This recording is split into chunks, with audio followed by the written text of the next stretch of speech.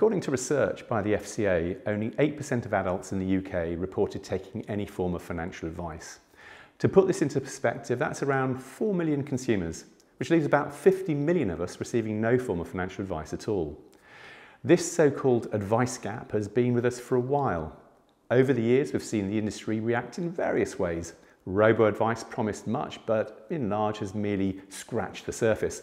We've also seen the phenomenal rise of self-service offerings such as Hargreaves Lansdown, and in more recent times, reasonably high-profile launches of low-cost advice propositions from the likes of Vanguard.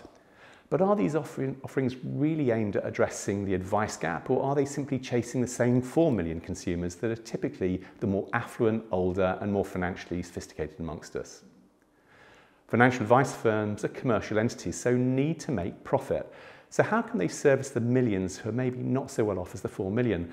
And what about those adults that need basic help with budgeting, spending, and borrowing? Do product providers, the regulator, and government have a future to play? To answer these questions and more, I'm delighted to have with me today Helena Wardle from Money Means. Helena is a chartered financial planner, an entrepreneur, and an author. Helen, welcome. How are you? I'm good, thank you. And thank you for taking time to come up to a very snowy and cold Oxfordshire today. Yeah, it was a lovely drive up. Brilliant. Well, look, tell us a little bit about Helena Wardle and your background and your journey towards Money Means. It's quite a naive start in a sense. I'm South African, I was born in South Africa, and I decided when I was younger that, right, I need to go and travel the world, and pretty much within the space of a couple of months, boarded my first ever flight and came to the UK. So from working in the restaurant where I was in, people were saying to me, it's easy to get a job, you know, you can do anything.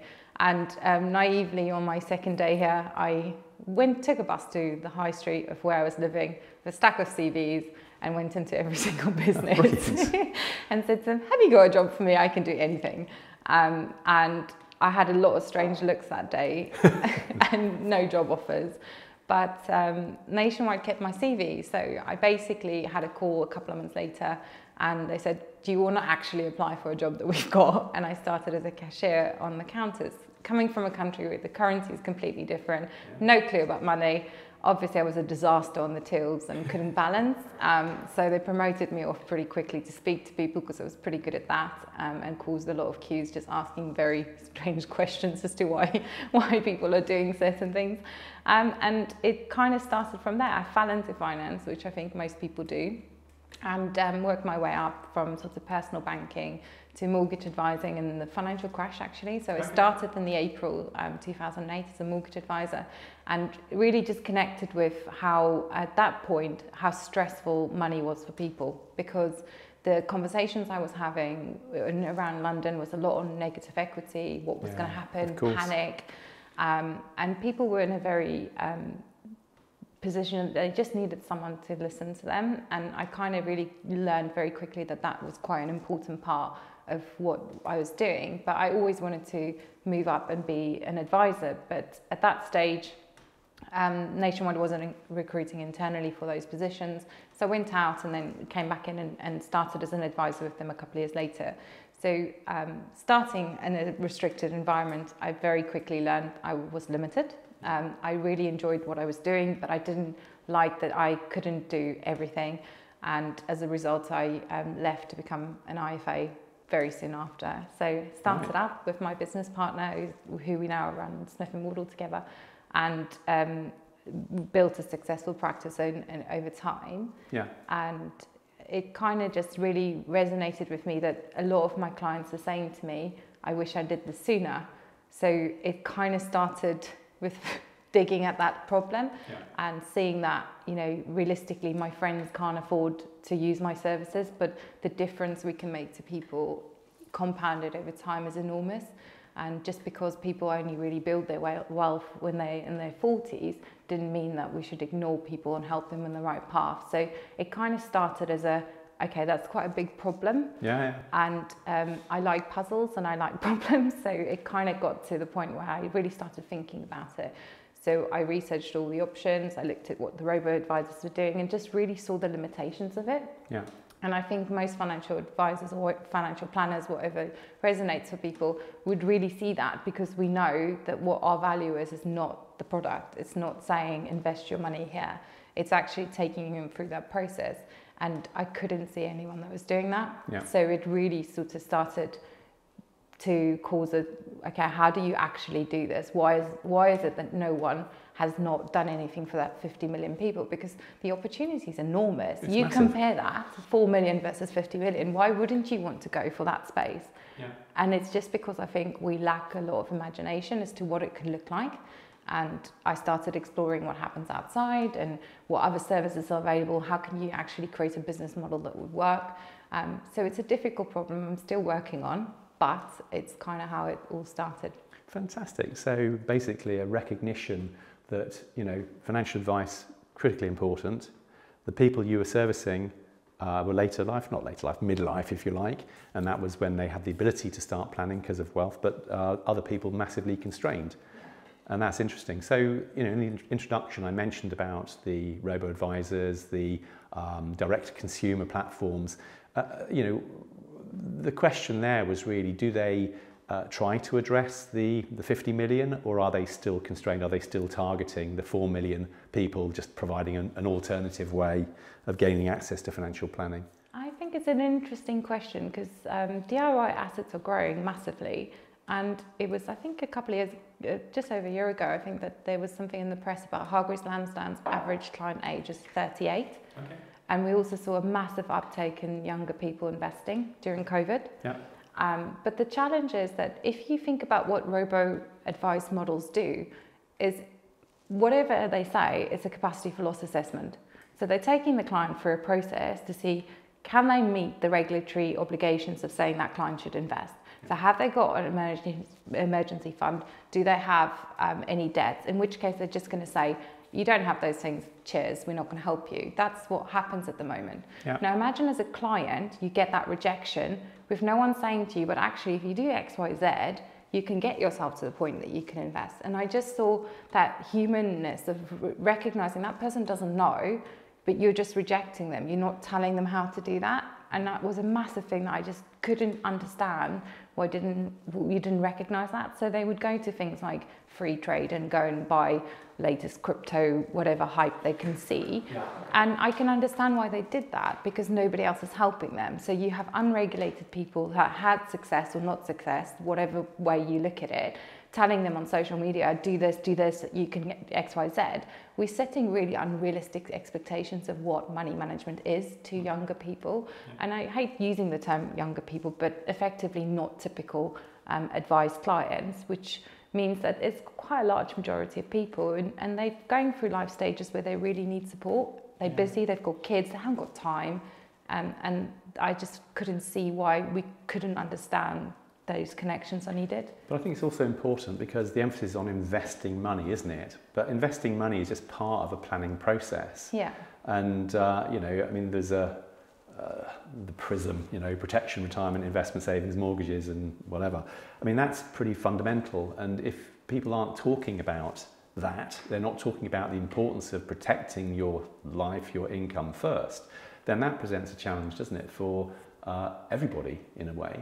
Especially, I mean, I was hearing some interesting stats not so long ago where mortgage lenders are allowing people to take significant mortgages, but with no protection in place. Yeah. That just seems insane. What do you think of that? I think it's a lack of responsibility to make people aware, because the way we make people aware of things is very negative. Yeah. So we focus on trying to tell people around those things as don't. We don't empower people with the information they need to make a good decision. And I think if people generally understood the risk of different things, which in reality is long-term illness more than death for people, yeah, then they should be able to make a better informed decision. But I think we kind of just go, what's the easiest way for us to make money or do something, and focus on that and leave the other stuff off. So there's a real lack of responsibility, I think, in allowing things like that. But I hate that people use the word education, but we need to help people make better informed decisions, and that's what it comes down to. Well, I think you're right. It is all about education, isn't it? It's about enabling people to have a better understanding of the important things that they need to address as part of that planning process, yeah, which is interesting. So we often hear comments, both from consumers and advisors alike, that the advice process is broken. Yeah. Okay, it just doesn't work. And in the preamble conversation we had before we kicked off the interview, you sort of alluded to that. What do you think are the main challenges facing our industry in the context of delivering access to quality financial advice? Why isn't it more accessible for more people? I think one of the biggest challenges I've definitely noticed is arrogance is probably a strong word, but the arrogance of thinking that the client's data is the business data.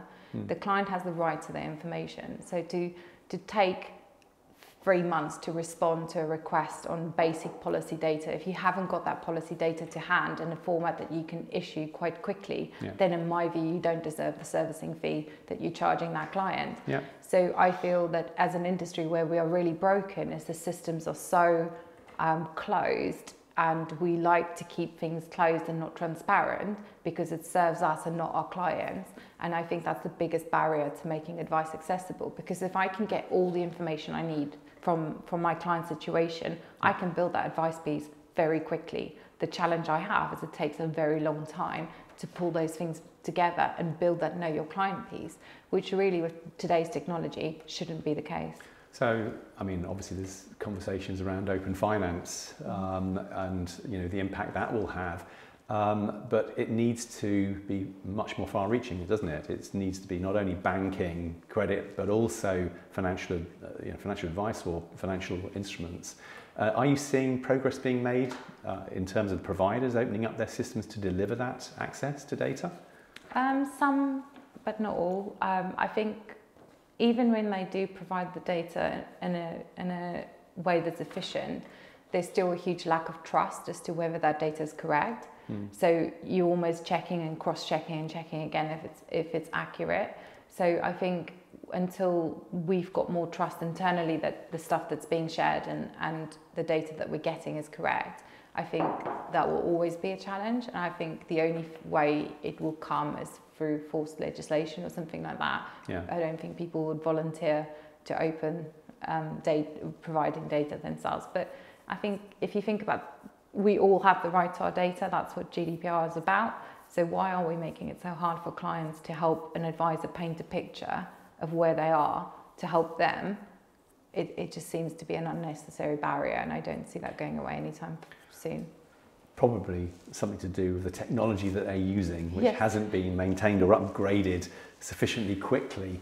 And that's probably a legacy issue that our industry is suffering with. So let's kick back then to Money Means and the offering that you're offering. So what are you trying to do differently? What's the sort of the principle behind Money Means, and who you're trying to attract, and what success you're having? So it's probably good to draw on what's just come out with the simplified advice journeys that the FCA has announced that they're looking to do. The more the industry focuses on the product and not the person, the more opportunities it creates for businesses like Money Means. Now, there's various different surveys that will tell you people's confidence around money is anywhere between 50 or 80%, and lack of confidence, depending on which one you look at. Now, that's a significant number, and that causes people not to press that button or not to place that investment. And you're not going to solve that by just creating a slicker product funnel. That's not going to solve the problem. Yeah. You have to help people understand where they are. You have to help them figure out what they need to focus on, and you have to help them take action. Yeah. Because we all like that. We need support to take action sometimes on things that we don't understand. And we don't have that as a mass market product in the UK at the moment. So the real focus is to try and build a journey that really has got the person, not the product, at the centre of what we're trying to create. And that's how we're approaching it. I think is very different to everyone else. Yeah, it's really interesting you say that, because some years ago, when one of the major insurers, direct car insurers, launched their direct-to-consumer offerings via the web, they were monitoring traffic, and they found that everybody would go right to the end until that moment of pressing the button, then they'd just drop off. They found that if they engaged with the client at that point, then actually they increased their conversion rate by another 50 or 60%, which was staggering. It's just, as you say, that confidence thing. And I guess that comes back to education again, doesn't it? That knowledge. It's massive. So it's the thing, clients sit in front of us, and you can see as an advisor, the relief is visible. So clients sit in front of us and they're like, am I okay? Am I doing the right stuff? Yeah. Have I got enough? Will this be sufficient to look after my family? Yeah. They're not asking for pensions and ISAs. They're not asking for that. It's not what they are there for. Yeah. And I think that disconnection is what creates the products that we currently have, because they don't have. There's not people in my space that's innovating in this world. And years of clients' experience has taught me a lot. And I think that's what really is bringing a different lens to how we're creating our solution. So you're sort of humanising it. Yeah. And you're putting it in their terms, in terms that they understand, yeah? But if you think about the world that we live in now, I do everything on my phone. I don't take phone calls. It will take a lot to get me into an office to go and sit in front of someone if I can do it online. Yeah. And if I look at my friends, they're frazzled, running from here, there and everywhere, trying to pick up kids, doing this, our lives are really busy. Yeah. You want to have a service that you can do on your phone, on your couch, on your PJs when you've got a minute. You Yeah. don't want to be sitting in an office going through an hour and a half process with someone. Now, those clients are only 10 years away from being an IFA's perfect client. Yeah. So what's going to happen if we keep our solutions the same? We're not going to connect with them because they're not going to see that as a valuable service. And that's the important thing, is it's that recognition of the next stage, the next generation of clients coming through, and to make it more accessible is critical, isn't it? Because the ageing population of advisors too is a challenge, I'm reckoning. So if you need to make the whole financial advice piece more exciting for new entrants coming in, new people coming in, offering that sort of service. So when we first met, you outlined some pretty big ambitions for Money Means. I was quite impressed, actually. Those numbers were massive. So, I mean, that's great. Nothing wrong with having good ambition for the business, but you must be suffering some major pain points. What are those pain points and how are you overcoming them? There's a lot to learn. This is a very complicated problem. And it's part of the fun, but it's also, it's been probably one of the most challenging years I've ever had. Yeah. It's completely out of my comfort zone. I'm doing stuff I'm not used to doing. I think that's also a good thing, because when you're feeling uncertain, you can go two ways. You can close off or you can ask for help. Yep. So the one thing I've learned is our industry is incredibly generous, and I've had huge amount of amazing people give me some time to say, right, I need to talk this problem through. And that's how I really have evolved Money Means. I wasn't scared to talk or ask about it, and that's how I've developed the idea, because people will raise challenges or say things and you think, okay, that's something to think about, that's something to listen to, and it's learning to know when you should trust that or when you should, people don't always see things from your perspective because they don't know the product as well as you do, but you can always learn from the comment they're making, and I felt that was probably one of the most valuable things, but I've stuffed up loads. But that's the point, isn't it? I mean, failure is a great educator. And I think the point is, if you're willing to try, then, you're the better for it. You only really learn when you fail. Exactly. You've got to just know when it's not working and trust yourself to know it's not working, even though it feels like a massive big reverse. You just have to go, that's not working. You're innovating, you're in a new space, you're doing something completely different. You've got to accept you can have your face in the mud a lot. So to extend the reach, obviously technology is going to play a major part in your whole proposition. How are you getting on with that? That has been the biggest learning curve, to be honest. I think you look at stuff and you look at what you use on your phone and how things work and you think, that's possible.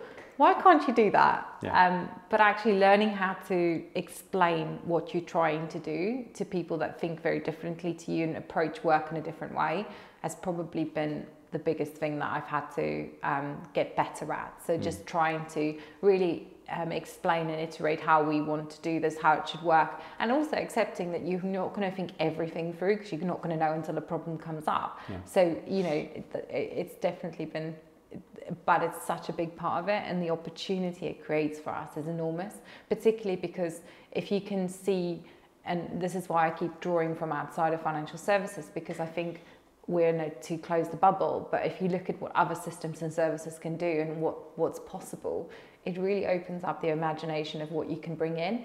And it's learning how to stage it. That's probably been the biggest challenge, saying, okay, box that, put that one for future reference, but focus on getting this one right first and taking it in steps. And I found that the opportunities technology gives us to scale advice is huge.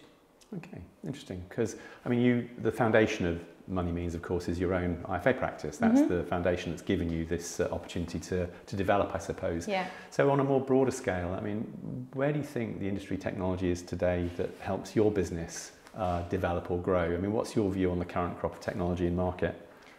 It's very difficult because a huge amount of independent advisors in the UK are small businesses. Yeah. So, relatively small teams, 10 or less people, which limits our options. So, and understandably, because it's not commercially viable for those businesses. But it meant that we have to accept certain things as they are, and it's super disjointed because you want to have things done in a way that fits your process, but you're almost having to adapt your processes to make the technology work within it. So we repeat or rekey data quite a lot, which is hugely frustrating for me because I know there's a way of doing it all in one with what you have, but it's just not accessible for me as a small IFA business, and that was probably the biggest challenge. It's also recognizing that I think a lot of people who build technology for advisors are perhaps not always thinking about it. And we spoke about this earlier. Who is using it? Make it as intuitive as possible. The reason Amazon is absolutely brilliant in what they've achieved is because it's super easy to do. You have to make things easier for people. And that actually reduces mistakes and it creates better efficiencies in your business. And I just find it frustrating how many workarounds we have to do to create a streamlined service when actually I know technology should be able to do that. So it's a pain. And I guess you sort of alluded to it there about entering data multiple different times. At the end of the day, it's all about the data, isn't it?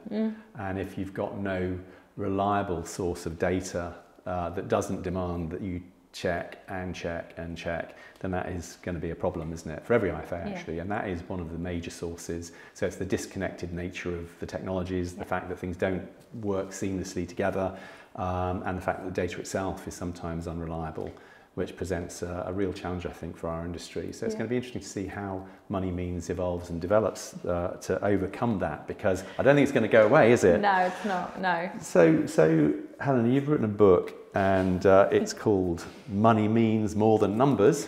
So I'm not sure if you can see that, but if you can see it, it's a great read, actually.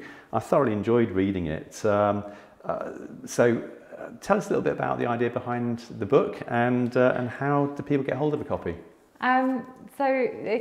I'm hugely frustrated with the way we speak to people in our world. We make it super complicated and really it's not. It can be simplified a lot. So the idea behind the book actually came as a series of topics I wanted to write to explain principles to people, and I challenged myself to write about it in 400 words and less, and then I wanted to add some graphics to it to really try and jazz it up. And in a way, I thought I could trick people into reading about money, because I think most of people would look at a money book and go, oh. So I wanted to lift and look at the things that actually money is exciting. It helps us do the things that we love in our lives, and it's an important thing to look after. So that was the motivation behind it. And we had a lot of fun with it. It was 18 months. I wrote it with an executive coach called Patrick Hobbs. He was, a big part of it. And we challenged each other in that sense, because he's got no financial background. So he kept challenging me on whether things are clear enough. And it was a really great collaboration, so we had a lot of fun with it. It's on Amazon now, so it's on Kindle, Amazon, and it's also on our website. So so what we'll do, and Helena, thank you very much indeed for spending some time with us, but we'll put a link to this book on our website as well underneath the video. So but it's a really good book, actually. I've read probably 200 pages. It's 270 or 280 odd pages long, 287 pages long, but it doesn't take very long to read. So very frustrating for you. It took 18 months to create, but it takes about an hour to read the whole thing. But there's a lot of great content in there. And so, Helena, thank you very much indeed. That was really interesting. And thank you for taking the time to come up and have a chat with us today. Thank you. Thanks for having me. It was great fun. Great.